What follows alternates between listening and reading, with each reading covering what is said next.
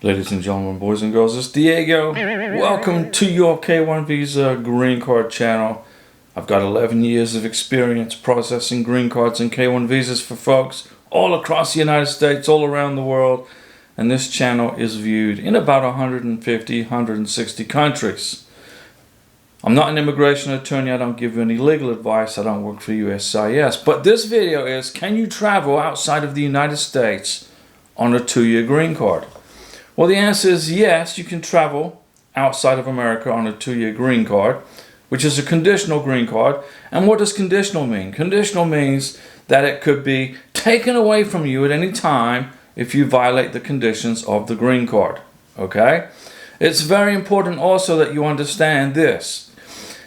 If you leave the United States for a year or longer on a 2-year conditional green card or on a 10-year green card, there's a good chance that you will be denied re-entry into the United States. Okay?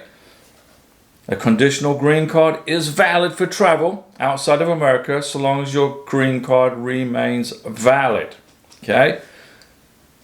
If you want to go on vacation and go visit grandma for a week or two, that's fine, you can do that.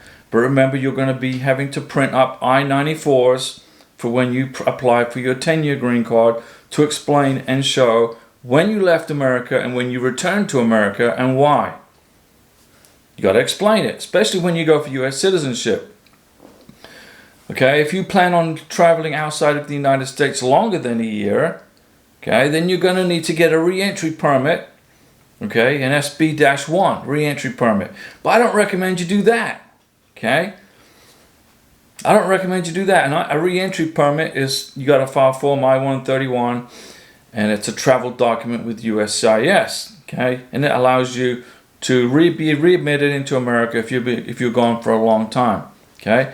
But you got to maintain status in the United States if you go on vacation on a 2-year green card, which I don't recommend you do. I don't recommend you do, but if you want to, you can. You got to bring with you evidence of your travels and your ties to the United States, okay? How do you do that? Well, let me explain it to you. So you go and visit grandma in Australia, Colombia, the Philippines, India, Pakistan, wherever it is you got to go on your 2-year green card. Bring with you documents that prove your ties to the United States. Okay? Tax returns with your husband or wife, American citizen sponsor, family ties to the United States, your copies of your lease agreement to your apartment or townhouse, or a copy of the deed that you're on the deed to the house with your husband or wife, your U.S. driver's license, your marriage certificate or a copy of it. If you decide to travel on your 2-year green card, make sure you bring with you evidence of your ties to America. And the Border Patrol officer will check. They have the authority to check to see whatever it is you're telling them is true. They can also look in your phone. They can look at your Facebook account, your Instagram account, your Twitter tweets, your X account, which is Twitter. They can look at that stuff, okay? Remember, when you are on a conditional 2-year green card, you are in the United States as a guest conditionally for 2 years until you lift the conditions off of that 2-year green card and apply for your 10-year green card, okay?